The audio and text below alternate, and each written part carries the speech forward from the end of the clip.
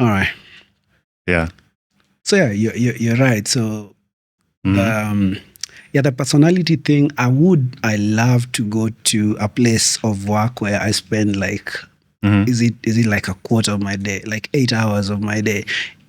You being there and having a good personality makes it like really, really amazing to work there. So I see the point where in the farewell card, I got a lot of nice comments in there.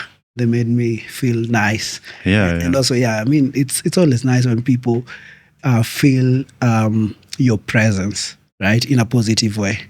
So of course, of so, course. so, Of so course. that is what it was. Yeah.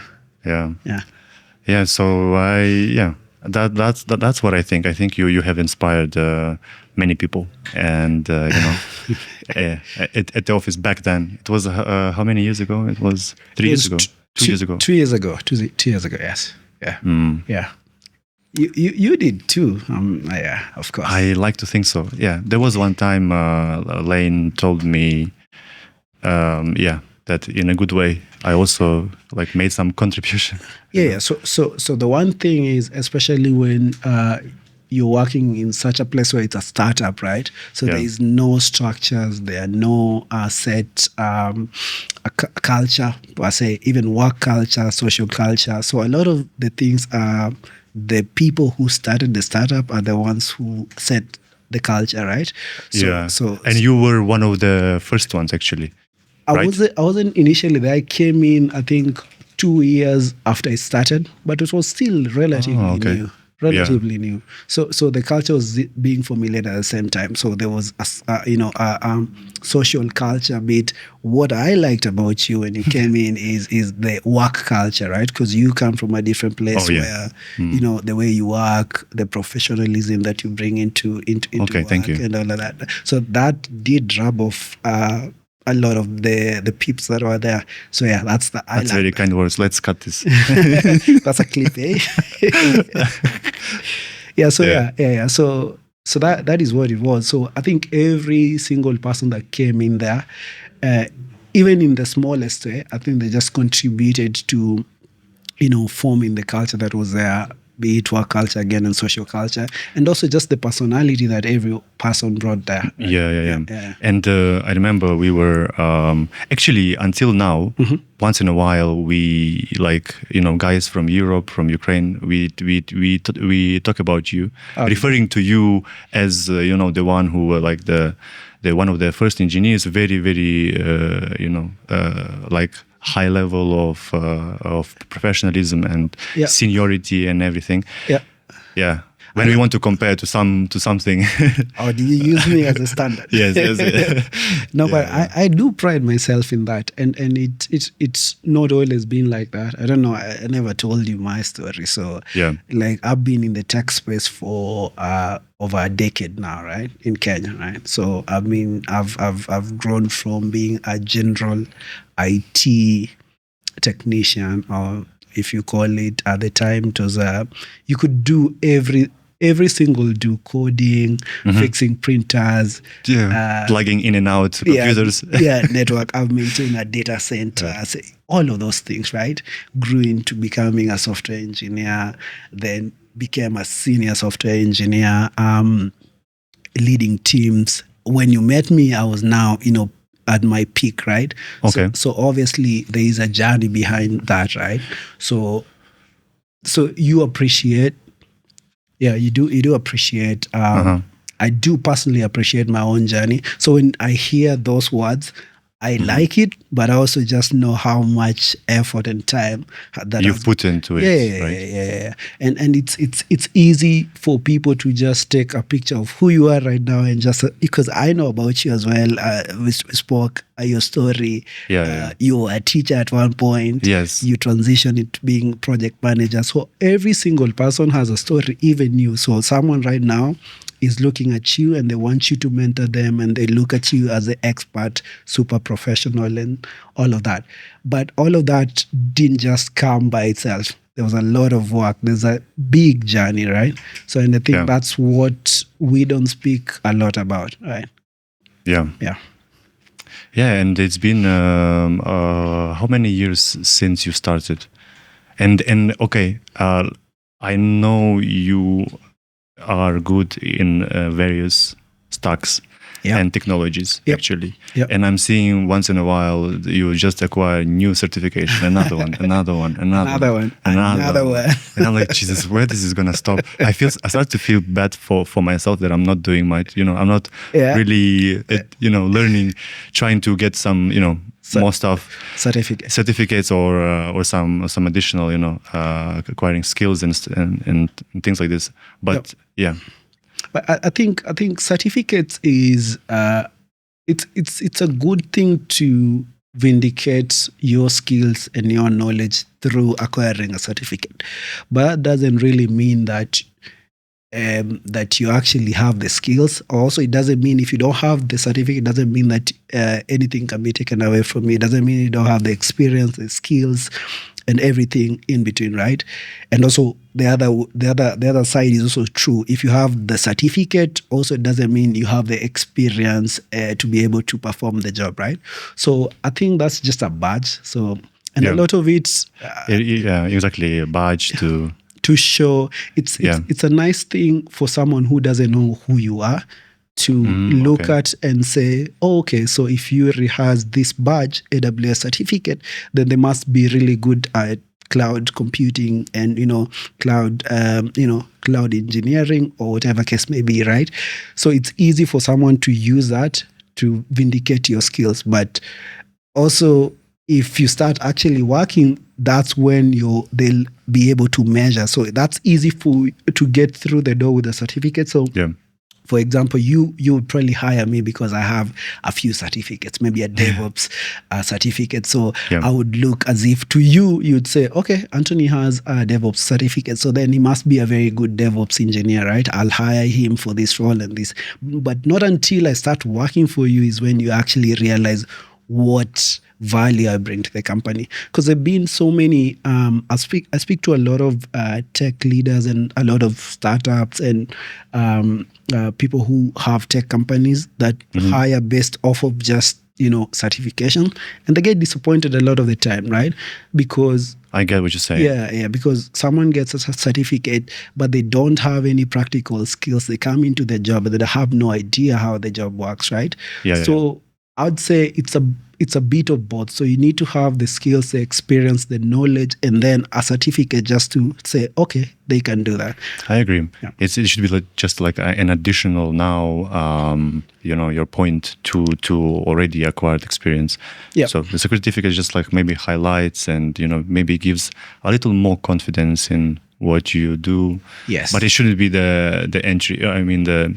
It's the defining point, right? Exactly. You shouldn't use it. Say, like, if someone is watching this podcast and is listening to you, wants some advice on what to do.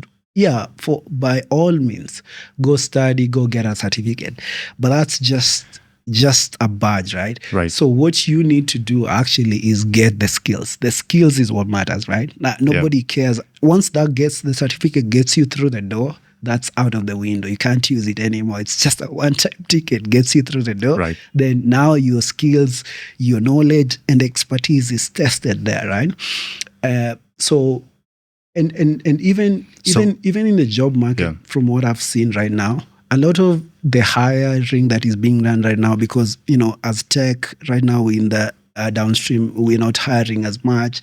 The opportunities are not as much as there was during the COVID period, where everything tech was on the up and up and up, right? Okay. But right now, if you wanted to hire, right?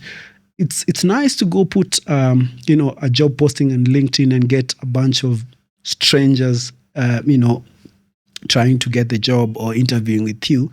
But if you came to Antony and I told you, Yuri, I know of a certain so-and-so that would be able to do the job, right? Okay. You wouldn't even look at their certificate. You would reference. The reference has more power. Yes. Yeah, you kind of like build your own, what is it called? Link. Network. Yes. Yeah. You burn. Basically, this is as John said, like you are like basically making a brand of yourself, right? Yeah. So Yeah. They say there's a cool saying that I hear a lot from my friends, like your network is your net worth. That's wow. a cool, yeah, because building that network is what is gonna get you more opportunity than just getting a certificate or just building the skills and all that. If you sit by yourself with all the knowledge and the skills and all the certificate, waiting for people to come and get you, that won't get you that far. What will get you far is building networks. Like you have been with you, I know you, right? If I wanted something from you, I'd come to you directly, right? If you wanted something, a technical expertise on certain subject, the first thing that you do is you go to your phone and look. You see, you want some data analytics stuff, you'll reach out to Jono. If you want something to do with engineering, then you'll come to me, right? Before you go to the person that you don't know, right? So the network bit that you just mentioned, that's, I think, the most valuable thing that you can, that you should be trying to build over and beyond getting a certificate and all that. Right. Mm-hmm. So which, I'm just curious, like, was IT and coding your first step into all this career path, or because so many people, they started as maybe quality assurance or I remember back then in Ukraine, it was very popular. Like so many people would apply to be HR. HRs, like to because it also would allow you to work remotely and stuff like this. And then once you, let's say, and so many people, after trying that out, they would try and transition to something more, like some more technical, even learn coding and stuff like this. Okay. I wonder, what's the path here? Yeah, so my path is sort of interesting, a bit of an outlier for most people who ended up in IT, and especially now because it's so popular. Yeah. So I've never really had a doubt about what I'm gonna be since I was young. So you were good in math? No, not really. I was okay in maths. All right. Yeah, I was okay. I was above average in maths, right? But I was super into science. Like physics was a thing that I loved a lot. I didn't like biology, but I liked things that would activate your mind and all of that. So I like those kind of stuff. But going back to the question, did I always know, or how did I get here? So I always knew I was going to end up. I didn't know exactly. IT wasn't like a thing. It wasn't like something that people were working. When I was young, it was, the successful people were doctors, were lawyers, the traditional roles, right? But so when I was growing up, I was super, super curious. I think my curiosity is one thing that stood out even today when I speak to my folks, to my parents.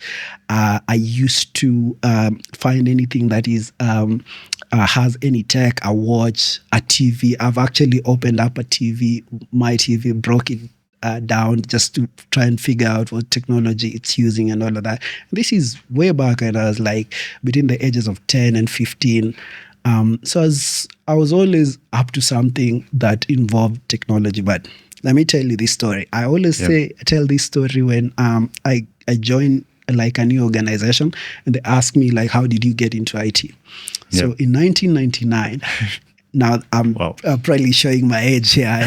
Okay. Yeah, but I was pretty young. But in 1999, there's a movie that came out, right? The movie was The Matrix. Oh yeah. Have you know of The Matrix, right? Of course. I watched it many times. That's also, I've watched that movie the most times. I can, for sure, I have watched it over 150 times. And it's like a 1 hour. You. For real. From when I was about what? I was about 10 or something there. And now I'm actually, I so watch it. So you got really inspired by that idea and everything. Yeah, so the movie is about, we live in a computer-generated dream world, but then the reality is on the other side, right? That it's, we can't see it, right? But it got me thinking, this is super, super interesting. This is technology. I want to create computer generated dream worlds. I want to create games. I want to, all of that. But how do I get there? So that's when I came to learn about coding. Oh, people do coding, all the metric thing and all of that, right? So I got super interested. So at this time, I'm in primary school. So primary school, just doing basic studies. So there's no computer studies at all. So lucky enough, I finished my primary school, go to high school, right? And again, just a stroke of fortune. It so happens the high school that I go to had just introduced computer studies, I think the year before.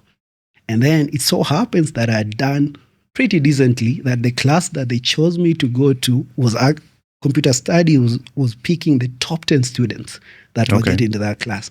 And unfortunately, I was part of the top 10 students. So I just got directly into computer studies, right? And like they say, what you were studying? Were they like teaching you to code, like some JavaScript, or it was like a very primitive?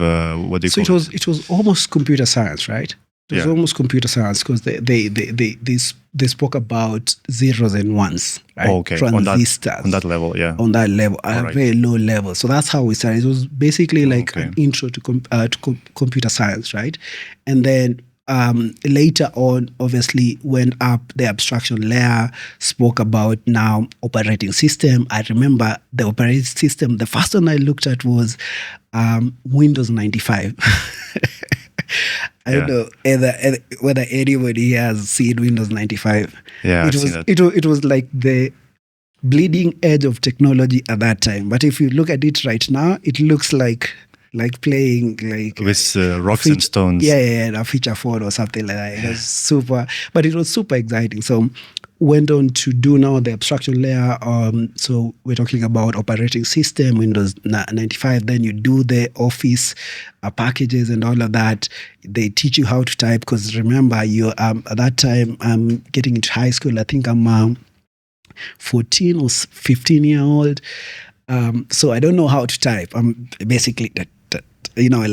So they teach you how to type and all of that. So they did the whole 360. They condensed it in one unit, but it was in 4 years. So from when I was in Form 1 to Form 4, right? By the end of the last year of my 4th year, gotten so good, but now they started to teach us how to code, right?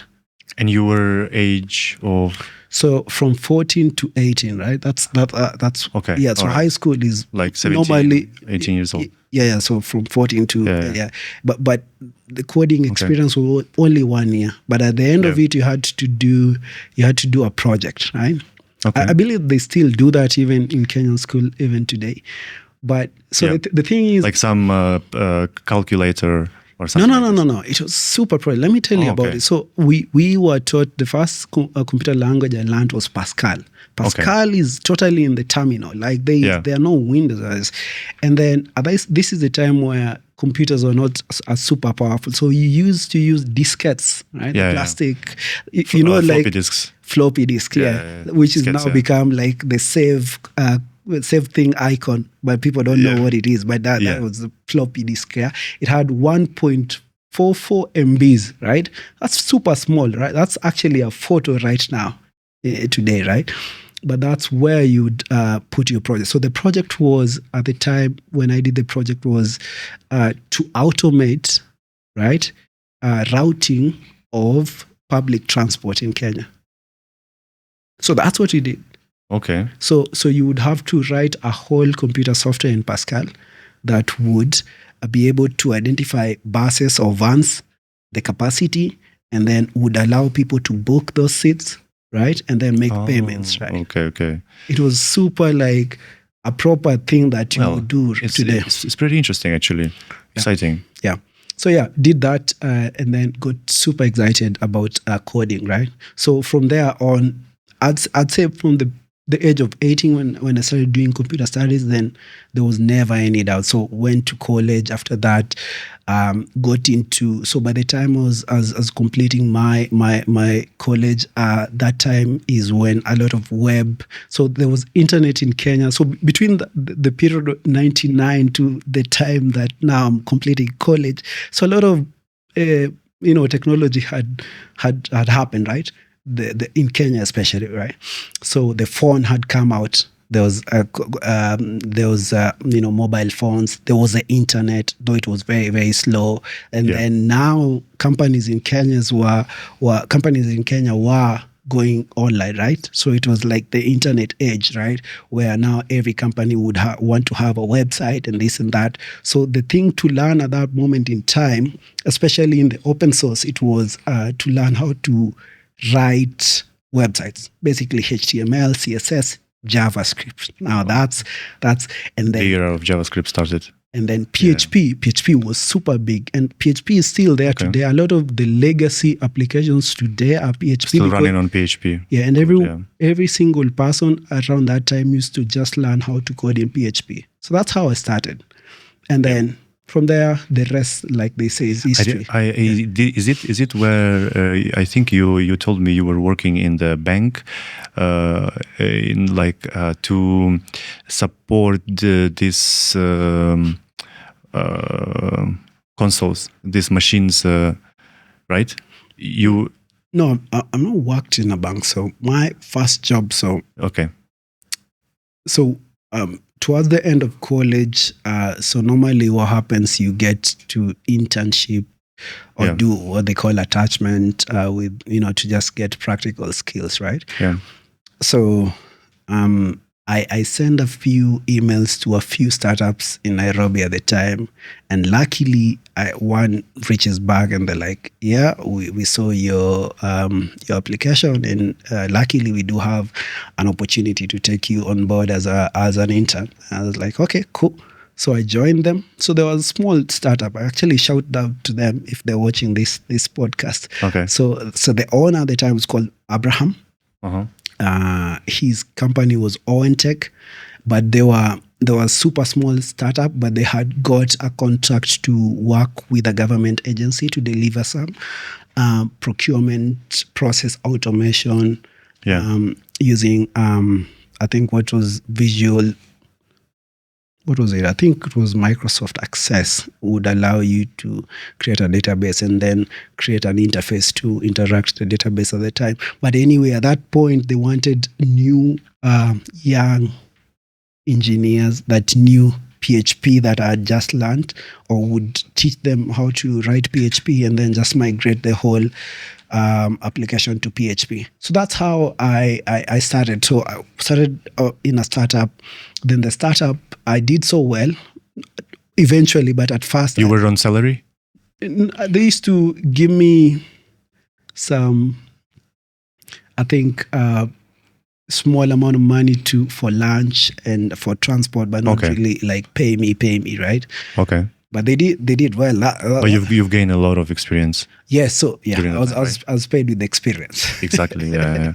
But true. That's actually happens. That's what you should do. You should volunteer yourself to gain experience, because you just pay that forward. You don't get paid right now, but it pays later, right? And that's, for any young person, that's one thing that they don't tell you enough. Once you complete school, it doesn't mean that you're ready to get paid the big bucks, right? It's a journey. So some do get lucky and they get the big bucks immediately, but for most of us, it takes a long time before you get to the level that you see maybe someone that you admire in tech earning, right? Yeah. And when you shifted from PHP to, I know you also do Node.js, right? Yeah, Node.js is a runtime for JavaScript. But Node.js, by the time I was starting, wasn't even I know. It wasn't even invented. And actually, JavaScript at the time only ran on the browser, and it was disabled. It wasn't something that people were using because it was so insecure. People had not, the web at the time wasn't ready for JavaScript. Right? Yeah. I remember it felt like there's a scam. Like because they used to do this for advertising. So many pop-ups. Yeah, that's why they disabled, because it was such a bad experience for the user to go to your website and receive like a million pop-ups just because JavaScript is enabled. So the browsers at the time, Explorer, I think Netscape, just disabled that thing, right? But I think, so what brought JavaScript to the front was the Google coming out with Chrome. So Chrome is what just Chrome used the what is it called? The V6 engine, right? Yeah. Some next gen. Yeah. For JavaScript. Yeah. And that also is what gave birth to Node.js, because they use the same engine to have a runtime that would work on the backside as well. But yeah, before that, JavaScript was disabled. But then JavaScript, when it became popular because of Chrome and how the V6 engine had made everything much faster, actually much faster, much safer. Google does a lot of good jobs. It's credited for the explosion of JavaScript. But then a lot of people started moving away from PHP, because PHP, remember, was a backend implementation, right? You would only so it would only run on a server, right? And then you write your HTML, CSS, and JavaScript for the front end. So you essentially just need to learn 2 languages, right? Or 3. So PHP and then something else. But when JavaScript became a backend, right, language in Node.js, no, you only needed to learn one language, JavaScript, right? You can and once you know this, like once you've learned back then PHP, JavaScript, something like HTML, or CSS. What salary you would expect to get back then? Was it paid like it is paid now? Not at all. Not at all. No. So at the time, I'm just curious, like the ranges. So this is like the 2010s. So I'm speaking about 2010s. And this is the Kenyan context. I don't know about the global context. I didn't have the global. Yeah, I'm curious to know, like how did it change over time, right? It has. It exploded. It has exploded over time, right? Because for instance, to compare, yeah. So I can't talk numbers, but percentages. So, for example, so when I got hired fully, so eventually what happened is, after I interned with this startup, they actually absorbed me into a government agency eventually, just because I did so well. I was like a Swiss Army knife. I could do a lot of things, not just write code. I could provision servers, I could do networking, I could do a lot of things. And that's really important when you're in tech. You can, right now there are specialized roles, like you can be DevOps, you can be sysadmin, but before, we used to do all of those things. You used to be a Swiss Army knife. You would code, you would fix printers, you'd fix network issues, you'd set up servers, you'd run a whole database. You'd be a DBA as well. Like databases was like everyone knew how to do it. But anyway, so when I got hired, comparatively with what someone is getting hired right now, they are getting, let me see, it's over like 300-400% of what it was back then. That's a different time. There wasn't a lot of demand for the skills that they demand right now. So a lot of things are integrated with technology right now. Back in that time, only very, very few actual systems existed. And the biggest thing that I was working on at the time were ERPs, right? Enterprise Resource Planning, because that's like SAP. Exactly. Sort of thing, yeah. Adempia also. And the only persons that, or the only orgs that would be able to afford to do that were big companies, big company, government, and all of that. So startups were still doing very manual stuff. Actually, at the time, startups were running on Microsoft Office. So Excel was like an actual whole system. That's where like all accounts would run and all that. So a lot of the companies just ran on basic, what we'd consider right now, like basic application, like tools, like something that you do in a phone, right? But right now, a startup wants to have a website, they want to have an ERP, they want to have integration, they want to have a mobile application, they want to have a USD application. So you have to, pay someone to do all of that for you, right? So that means over that time, right? So there's a lot of demand for all of those skills, right? And the thing is, at least in Kenya, we still don't have enough experienced skilled laborers, right? Or skilled IT to do all of that, right? So that means then you're paid slightly higher now than you would before, because there's much, demand and supply. The competition isn't that high at the moment, right? Yeah.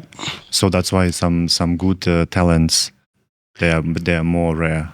To find. And if you're very good talent, then you get paid relatively well, right? But also now, because human nature, so because that's the shining kind of career path. So a lot of, I know a few friends that started off as, I know one who started off as chemical engineer. Studied for 2 years in university, chemical engineer, say, I'm not going anywhere with this thing. Switch to IT. I know someone who was studying medicine, switched to IT. So we are getting, there's a good pipeline of many great engineers that are coming, but then that's gonna water down. So the supply and demand is gonna even out.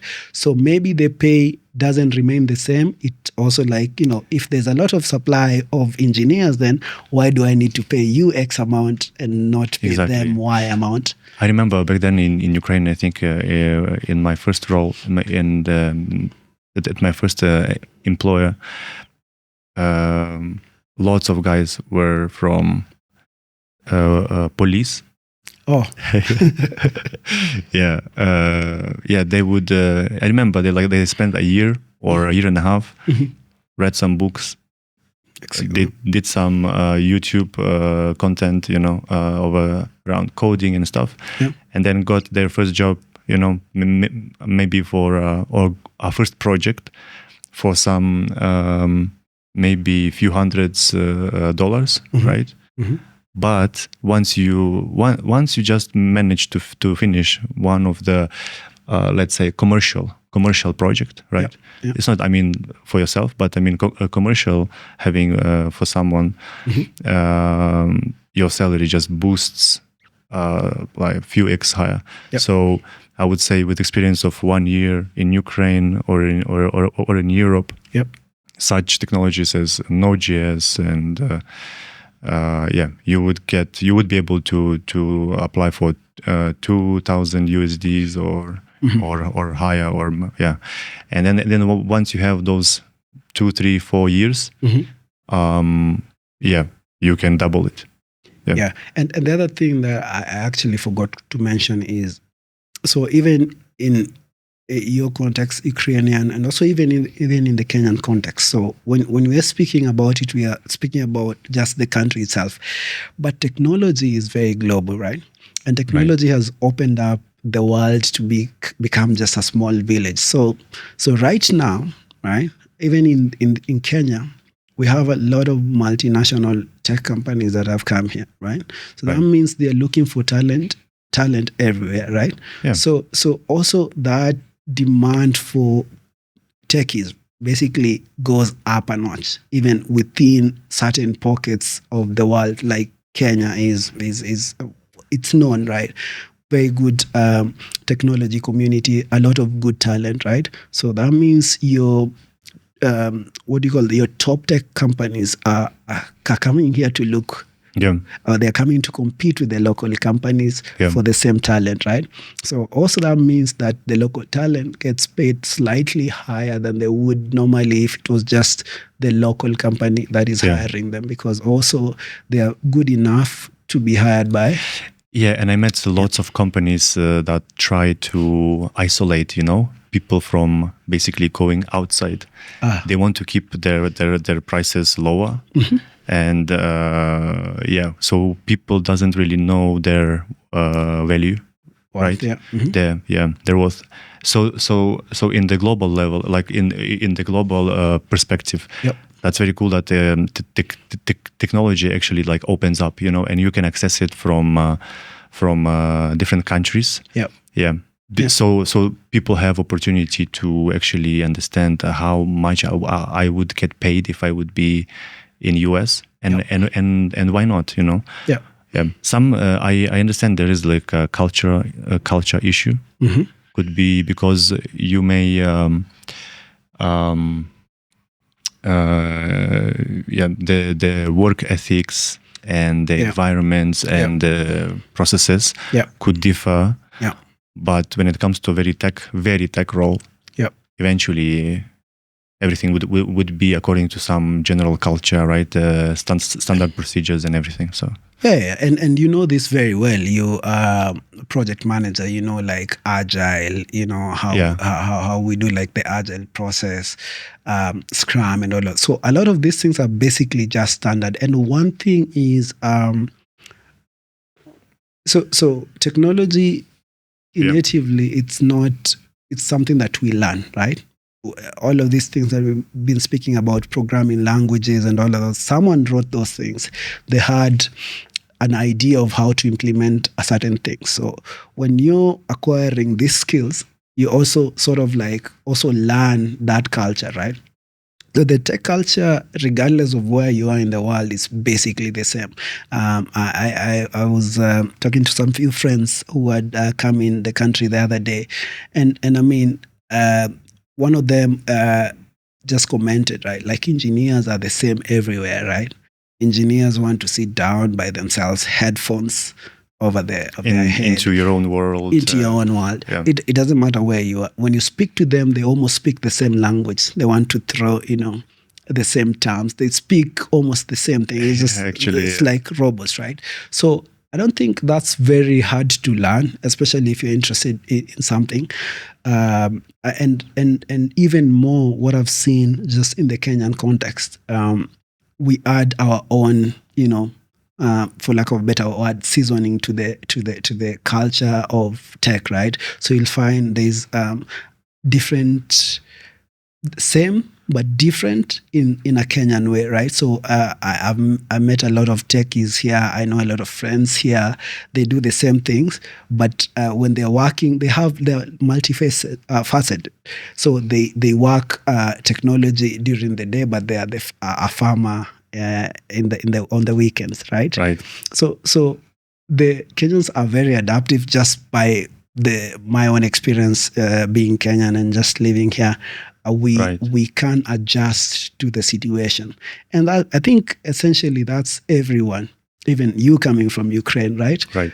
Because you probably would love technology, so you will basically just become a normal techie, regardless of whether the technology came from China, US, or wherever it came from. You still like right now the AI is a big thing, right? AI is a big thing. We are like it so happens every few months there's always a new role in technology that comes up, right? AI has come up with so many other roles that are very new, not just in Kenya but just globally, like prompt engineering and all those kinds of things. Yeah. Do you have some AI related projects in the place where you are now? And tell me again your proposition in Amazon. No, so well, I can't speak directly on that, right? Okay. So because right now I'm just speaking for myself, and right. I can't speak for the person that employs me. Right. But basically, who I am right now is I mean some technologies you are dealing with, and the years of experience would be also good good to know. So right now, so like I said, I wear so many hats. I can be one thing today, I can be a different thing tomorrow. But for the most part, right now, I'm a cloud engineer, right? Okay. So anything and everything around cloud, migrating to the cloud, maintaining workloads in the cloud. That's a very specific role, I would say. Very specific. Also. But I understand when you get into it, it's actually very diverse. Yeah, that's actually kind of broad. That kind broad, of broad, but also very specific to the cloud, right? Because everyone is moving to the cloud, right? Yeah. So my day in, day out is basically being able to advise architects around cloud technology and cloud services, right? Mm-hmm. So that's what I'm doing right now. But also, obviously, by myself, like we are speaking about AI. So AI is you have to experiment with AI, right? Right. So I feel like right now, just my own view of things is AI is still so real life implementations of AI are we're still not over the line. There are very, very few places where AI is actually being worth investing into. I code a lot, so coding is one of the areas where you can get exponential value from AI, right? Because can save loads of time, right? Lots of productivity time, right? It can save loads of man hours, actually, right? So that means so it's actually, instead of this becoming a tool for the employee, I feel like on the other side it just becomes more useful for the engineer. Someone would say AI might replace it. What I think it's actually engineers are now would be able to use it in a very different manners. You would become as you said, wearing from 2-3 heads to wearing 20 heads. Exactly. Right. I was actually watching a podcast just like I think it was Lex. I think he had someone on, but so they mentioned that we're actually not exploiting the ability of AI as much as we should. So because if you think about AI, your ChatGPT on your phone, so you basically have an expert in your phone for any single topic that you can think of, and not just being an expert, but it also has a history because it's been trained in so much data on many subjects. So, for example, coding, we spoke about Node.js. So if I went to my ChatGPT, if I wanted it to ask for a technical question, how do you do a certain thing? How do I start a server? How do I create a web server using Node.js? It will show me how to do that. But also, if I want expertise, so what is the code that runs behind Node.js? Who's the inventor of Node.js? How did they come about? What is the engine? What is the low level of it? So you have all of that. You can basically you can work backwards from that, right? So it doesn't really matter what field you're in, but you have an expert right there that you can ask as many questions as you want, and they would be able to answer. Obviously, we know AI hallucinates, so it can lie to you. Right. Yeah, of course. I mean, some people, they don't really know how to post that question. Yeah, to prompt it. Like my friend would say something like about but just positioning the words, in the way that can have multiple meanings, Yes. And then I wonder, which is, I really appreciate this type of conversation that you can have with this chat GPT or any other, and then you both can learn on it. And eventually, as you said, you have an expert. I think it gets a little tricky when it comes to medicine, because sometimes I'm like, okay, what's this? You ask it about medical stuff. And I'm just waiting until they release like a doctor AI, that can really help you actually to understand where to go, and also I think that would be beneficial to doctors. So that's what you were saying before, like how is AI helpful in the real world today? Right. So I don't think AI is at a point where it's very helpful for just anybody and everyone. So you have to be an expert at a certain thing for you to use AI to increase your productivity. Say like a doctor, if you want to do a diagnosis, right? You know what to check for and all of this, but then you'd have to probably, I am not a doctor, but you'd probably have to put in a few tests and then try to figure out what is the problem with this patient, right? But you don't have to put so much thought into that. You can just put that in AI and then it will suggest for you, this is the possible thing, this and that. But then because you're also a doctor, right? Right. You should be able to read that and say, this doesn't seem to be right. It probably is hallucinating and stuff like that. Same thing like myself, I write code, right? I'd ask it. So before, what I used to do, so for example, there's this front-end framework called React, right? Right. So React is used to create web interfaces. A lot of the websites or web applications that you use, most of it are probably written in React, right? So when you're doing React, like say a page, right? Most of the code is basically the same, right? So before you would have to go copy paste, right, the same code to another one if you wanted to create like the same thing but something very different. So you'd copy and paste, you go find code maybe in the internet or code you've written before, and then paste it and just change the thing that you want. But adjust it basically. Yeah. So basically that would probably maybe take me 5 minutes to just get that, write a whole new page for React, right? But right now with AI, I don't need to move even outside of my IDE. IDE is an integrated development environment, right? That's like VS Code. So I just start typing. It will just auto. So I use what we call Amazon Q. Amazon Q does auto completion for your code. So it has context of what you've written before, what has ever been written before. And also you can even type it out in words like, I want a new page that does this. And then it just, generate the code for you. Yeah. But then because I'm an expert, so that takes a second to generate that. But also because I'm an expert, now what I just do is just review the code that it has written for me. So I'll just go through quickly and see, okay, that's okay. Oh no, this doesn't look right. Then I'll just edit it and all that. And in like less than let's say 5 minutes, right? I'm done. I'm completely done. And I can tell it to reproduce that for 2, 3, 4, 5 more pages, right?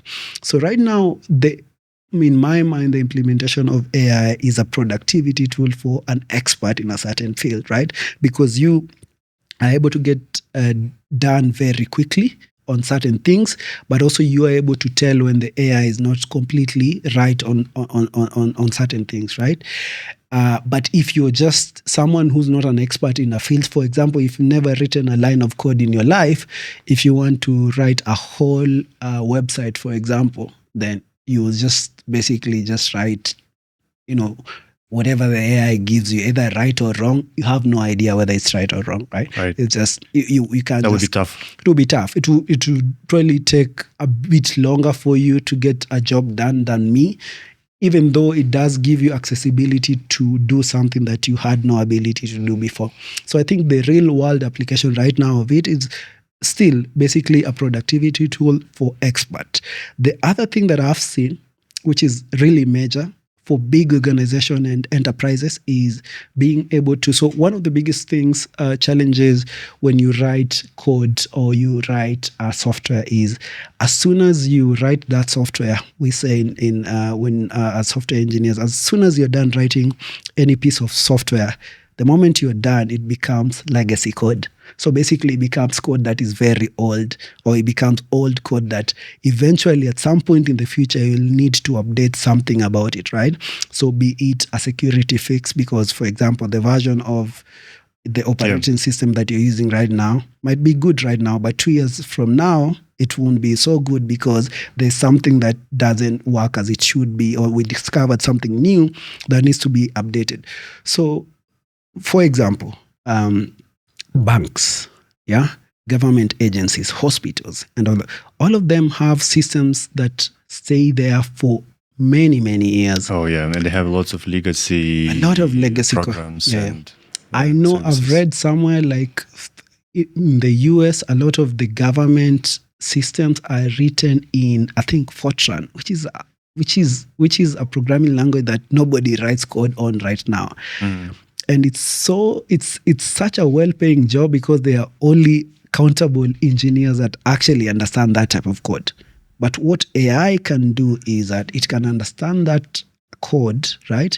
And it can help you migrate it to something else. For example, the one implementation that I've seen, again, I'm using Amazon Q. Amazon Q is one of the services by AWS that can help you migrate like from Java 8, right, to Java 11, right, or Java 17, and that normally with less headache. Okay. Obviously, you'll need a lot of experienced engineers to look through the steps and the phases as it's transforming the code, but it will get you there much quicker, right?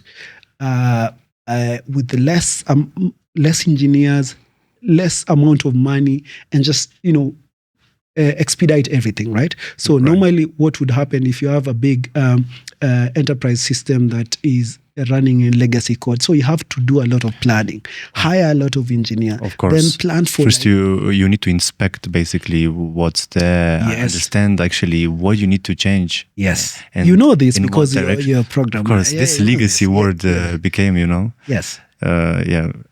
So you say with AI, this could be a huge deal breaker.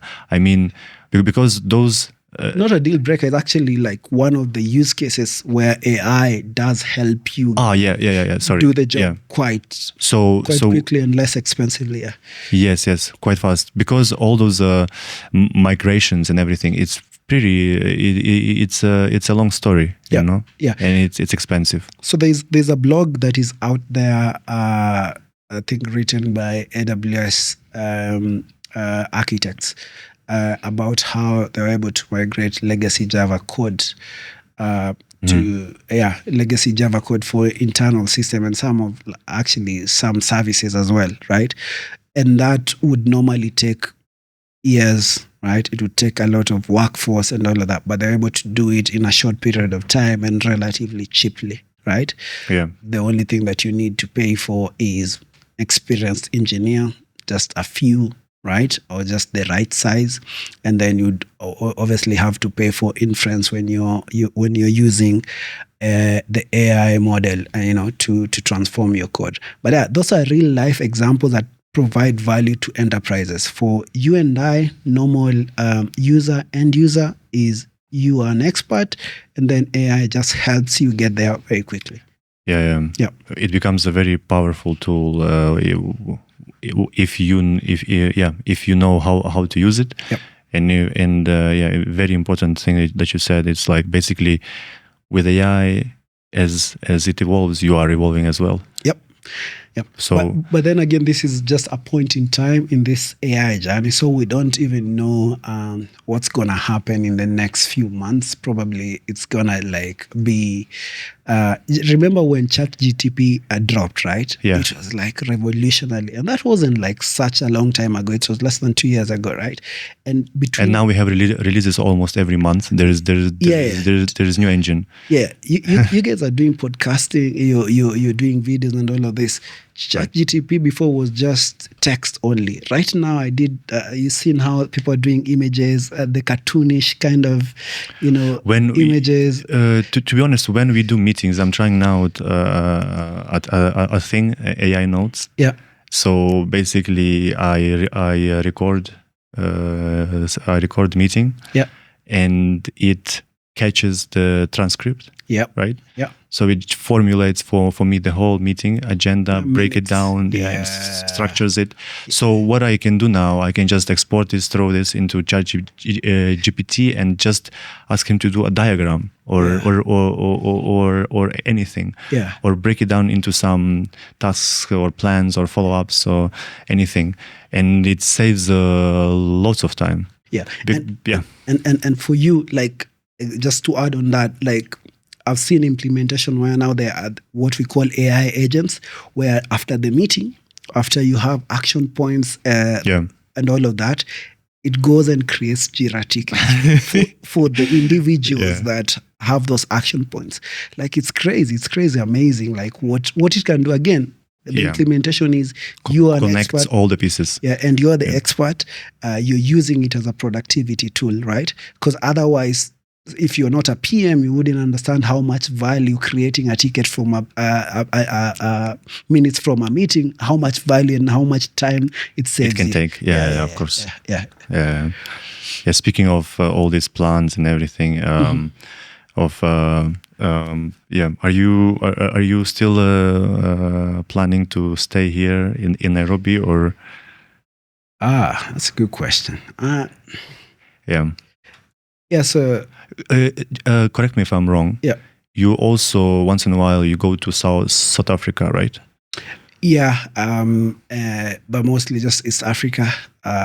East Africa. Okay. Yeah. Because I'm based here. My job is based here right now. Yeah. Oh, yeah. Okay. But yeah. So at this moment in time, because I have a family, I have a young family and all of that. So I don't want to move away so far away from them. Yeah. So yeah, so in terms of moving away, no, not really looking to move away, at least not move out of the country for a long time, but be based here, but be able to, go to places that I am needed to go, but also just, do that with the family. So the biggest thing for me is just my family setup. Don't want to disrupt, the family itself. Of course. I can be as flexible as I need to be, but also not be too far away from them. So with that said, that means for the most part, I'm here.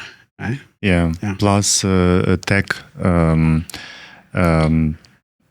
Tech in Kenya, Nairobi is moving. So yeah, so you don't have to. Okay, you don't have. I'm curious. What's happening there in South Africa?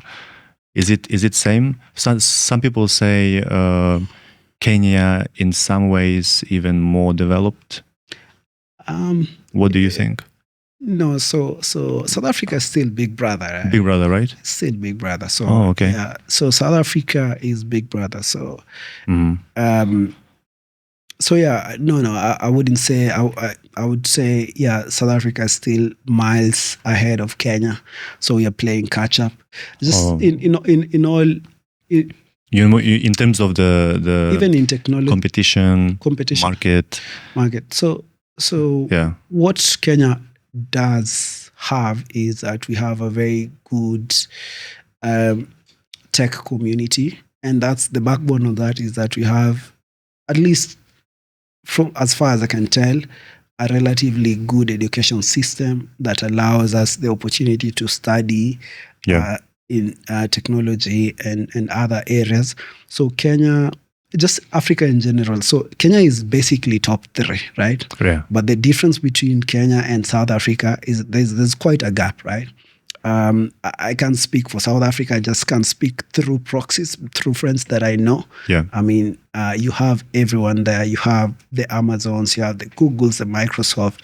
The development centers that are there are much bigger than the ones that are here. So in the last 5 years, we've had Google, Microsoft, Amazon come here, and they're starting to make a big presence here, but nothing compared to what they have in South Africa. Actually, one of the things that people don't know, so you know Amazon AWS, right? Yeah. Everyone knows what an EC2 is, right? Yeah.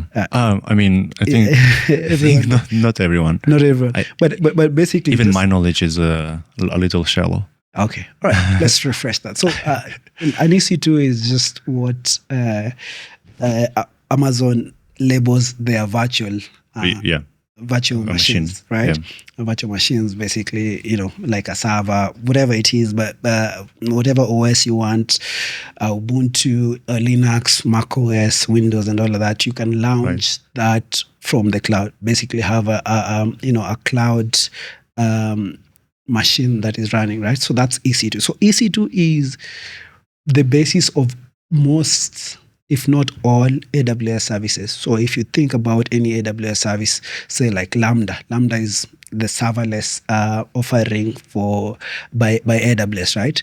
So and what it offers is basically tells you we are taking away the headache of you managing servers. So like I mentioned earlier, a lot of engineers, when they start off, you have to learn how to code. And also, when you code, you want to deploy, say, a website or a web application, you have to deploy it somewhere. So most of the time you deploy it in a machine, in a server, right?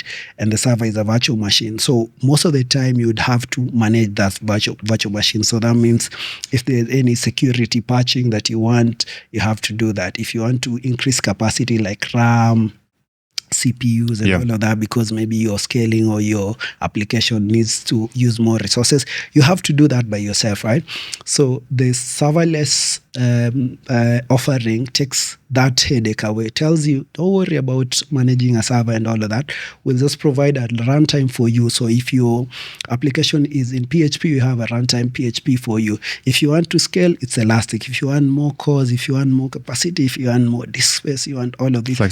Flexible. So the only headache you have is just deploying your application, right? That's the serverless offering. But all of these services and everything, a lot of goods, over 90% of the services are based on EC2. So EC2 itself, right, was or is based in South Africa, the EC2 service, which is like the backbone of a lot of AWS. When you say it's based, means like it's physically the servers are there? So there is so the concepts that AWS uses regions. So there is a region. So for example, that's one of the things. There is a region in South Africa. It's called EC2. No. So EC2 is a team that actually creates, manages the EC2. Created the EC2 service, manages, adds features, maintains, and all of that. And it's and all of it's based in South Africa. That's the backbone of everything. So that's how big South Africa is. I'm just trying to show this. So South Africa is the only region in Africa for AWS, for example, right? No other place in Africa has a region. Kenya has an edge servers. Edge servers are basically just caching. It's not compute, it's just basically serving static files. Like if you go open Instagram, Facebook right now, right? Yeah. So if the server was all the way in America, right, you'd imagine that would take a long time for it to load, right? So edge servers bring that content closer to you. So in Kenya, we have data centers that, caching is basically saving data temporary. Exactly. Closer to you. So that's why it loads a bit faster, right? So that is what Kenya has, right? But it doesn't have data centers that actually run the application, like say the Instagram or the Facebook or whatever case may be. But South Africa has both of them. So it has actually this big tech company have invested in data centers to have compute, EC2s and all of that. So that's how big South Africa is. Okay, now I know. So Kenya is still very young, early days, but it's definitely like top 3 in Africa. Yeah. So because if you think about technology in Africa, you'd think South Africa, Kenya, and or between the two of them, Nigeria, because Nigeria has a lot of tech talent, not just within Nigeria, but all over, including Kenya, including South Africa. They offer a lot of tech talent, right? So, but the 3 countries, South Africa, Nigeria, Kenya, are shining, like the shining armors of Africa. Also, but East Africa in itself is so growing. I know Rwanda is big right now in tech. It's a very small country, but they have invested a lot in technology, and they welcome everyone. So there's a lot of Kenyans that go to Rwanda and work from there because it's very open market in terms of getting. What in terms of salaries, is it competitive still? What do you think? So when you talk about how much you earn in tech, right? Yeah. A lot of it is based on where you live, right? So I think lots of people just as you said, it's based on where you live, but at the same time, talent, you can access some job opportunities from Europe, for example, right? Yep. And since we both luckily we have English here as national language. Yeah. So I think that eliminates like 90% of this of some let's say gap in theory, right? Yeah. Because now you can communicate basically with anyone over the world here. So by being here. But I understand that some salaries kind of they used to be based by the living and everything. Yeah. But at the same time, if you work remotely, you can just ignore that. Yeah. So remember, if someone wants to hire you, right? Hiring you, they want to give you value for what you are offering them, but also they don't want to just pay you for the sake of paying you. So, for example, you're a project manager based in Kenya right now, right? And you have your set of skills. So what you're earning now wouldn't be the same amount of money that you earn if you're say in California, right? Yeah, US is very different. Silicon Valley, right? Yeah, of course. So it's hard to compare apples to apples when the location is different. And even if they hired you from, if a Silicon Valley company hired you and you're based in Ukraine or in Kenya, so that they still wouldn't pay you the Silicon Valley, salary. Of course. They would pay you, I mean, again, slightly less because you're remote and all of that. But in the context of where you're living, you will still be paid really well. I just want to translate this really well into some shillings.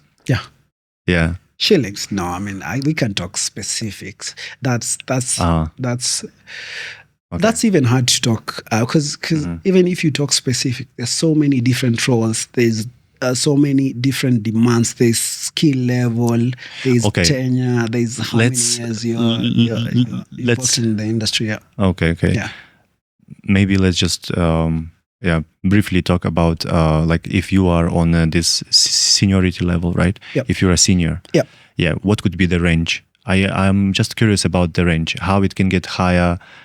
So it depends, but the best. I know some people get over the million or maybe 2 million. I'm not sure if it's possible to get 2 million shillings a salary. Anything is possible. Anything is possible. I mean, anything is possible. But I'd say the best place, and Kenyans are very good at this now, especially in tech. If you go to Glassdoor, right? Right. If you actually, if there's a certain role that you just want to know, like what range to expect, right? Yeah. So more times than not, it's almost accurate. So you go to Glassdoor, and because they source it from actual people. Glassdoor. Yeah, Glassdoor. Yeah, because they source it from actual people in those roles in the field. Yeah. So if you wanted to know, and let's take the biggest company here in Kenya, Safaricom. Like if you wanted to know how much a software engineer, maybe a senior software engineer earns in Safaricom, that's easy information to get in Glassdoor. Oh, really? Okay. Same thing. And remember, even if you're a tech company and you're hiring in Kenya, you have to do some market research, right? To figure out if I'm going to hire a PM, how much do they go for in these parts of the world, right? And they're going to source that data, not just from individuals, they go to because Glassdoor has that information. People give it willingly, but it's a give and take where they ask you, so how they work. And they have a range. I like Glassdoor because how they keep it relevant is, if you want to know how much a PM, that's a project manager, gets paid here in Kenya, right? You would go and say, okay, I want to know how much a PM gets paid here in Kenya. Like, okay, we can show you this, but we just show you this much, right? But if you want to get more, you tell us, what role are you in right now and how much do you get paid? So if you give them that information, so there's a give and take, right? So a lot of people that go there, and the information that is there, it's very close to accurate, right? In the moment. So yeah, I can't speak figures, but I'd say if you wanna find out, go to Glassdoor and check from there. And that's if you don't have a network of people that you can talk to in confidence about certain what to expect. People need to consider when they look for some specific role. Sometimes they add some prefix like senior. Yeah, PM, but senior PM is a different thing, you know. Yeah, senior PM. Then you see the range of the salary could be very, very different. Yeah. So huge. So the job description of a senior PM, a senior engineer, or engineer, just an engineer, and just a PM. Those are two different roles. Yeah. Right. Yeah. Cool. Okay.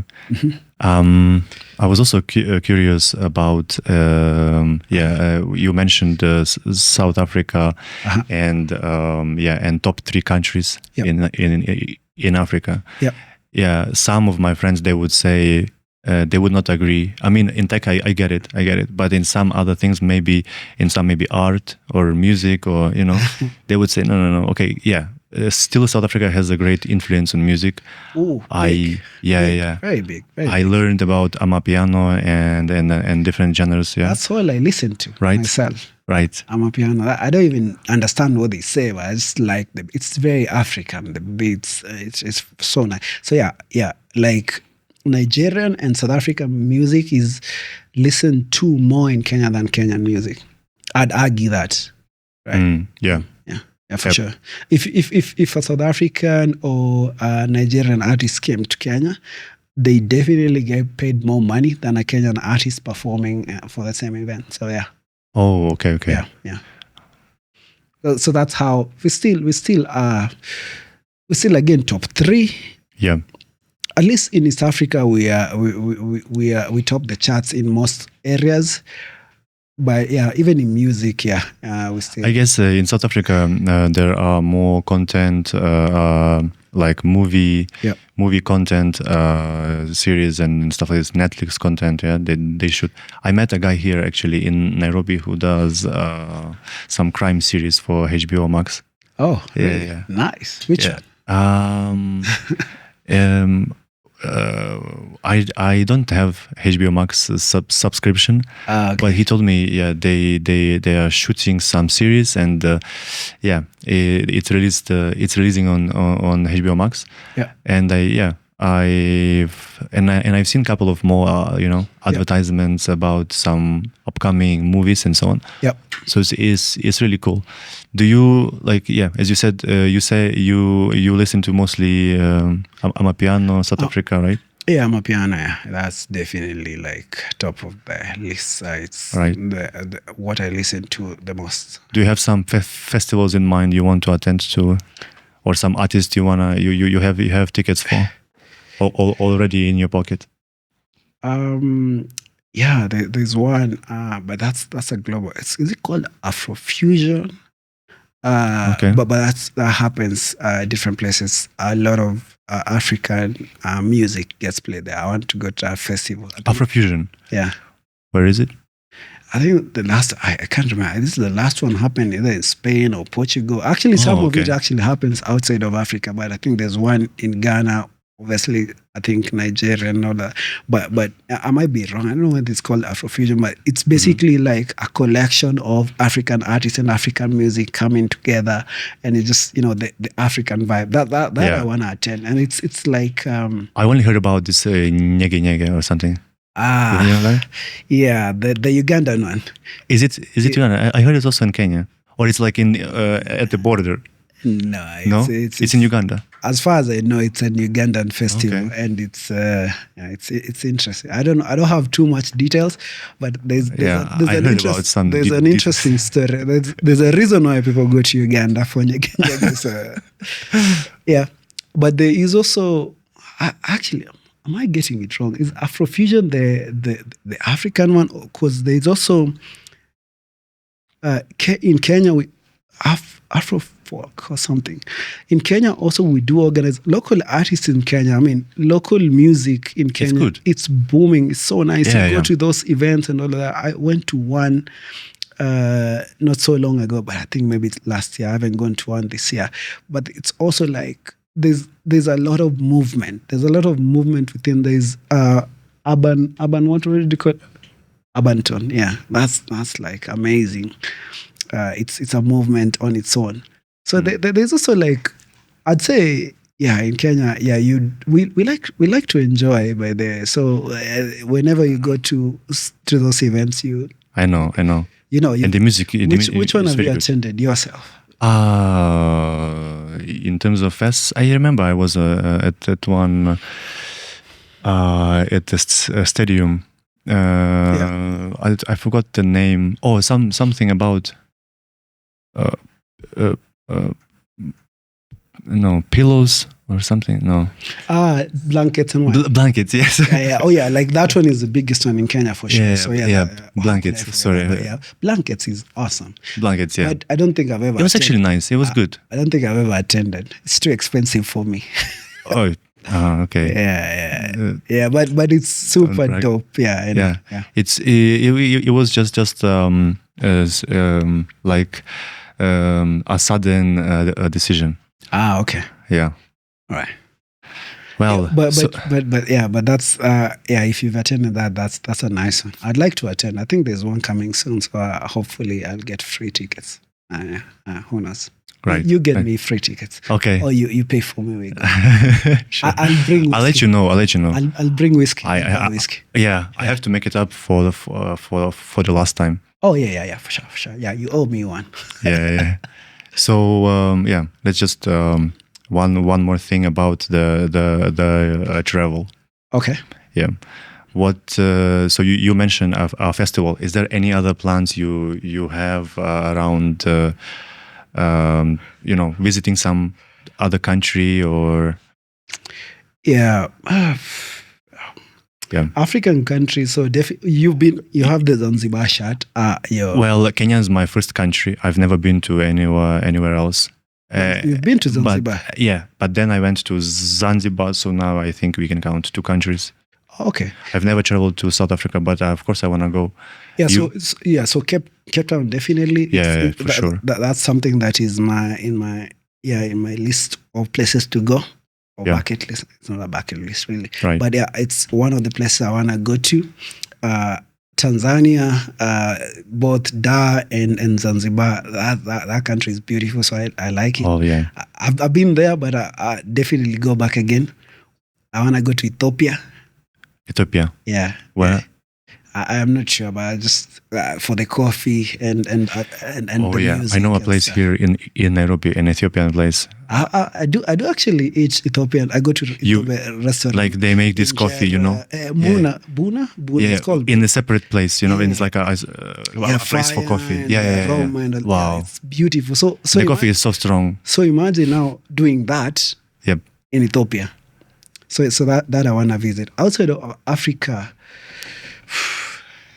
I'm not super. No. What about Thailand? Maybe. Oh, of course. Yeah. I mean, Thailand in the mountains. Yeah, I actually do have family there who've invited me to Bangkok. So who knows? I might go there, do a cruise. My sister was there last year. She sent beautiful photos.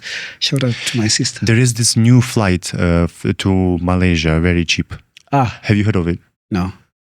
For real? No. Yeah. They opened a direct flight from Nairobi to Malaysia. Direct, 9 hours. Wow. Yeah, and if you don't travel with lots of bags, it's like around 14K. 14. For real. 14,000 Kenya shilling? Correct. Can I leave right now and go? I mean, like. Oh, sorry. 14 or 40? No. It's 18 or something. Yeah, it's definitely below 20. Are you serious? I'm serious. That's a one-way or two return? One. So it would be like 40K for a return. Yeah. That's cheaper than going to South Africa. I can show you. It's a tough flight. It's very, you get tired. It must be cheap for a reason. Eh? Yeah. Because it won't be cheap if you get food. Because they don't serve you food. Yeah, okay. Right? So you have. But you can take it with you. Okay, that's not. I didn't know that. That's nice. I'll look it up. I'll check it out. Yeah. So this is a very big thing. You have a connection to Asia. Yeah, a direct connection. Yeah. So before you would spend about up to 2K. Right? Yeah. To now. To just for travel. And at least with one transfer. Now. This is a direct 9 now. Exactly. So. And it's cheap. Okay. Right. Yeah. Okay. Nice. Cool. All right. That's it? Yeah. I think so. All right. Good stuff.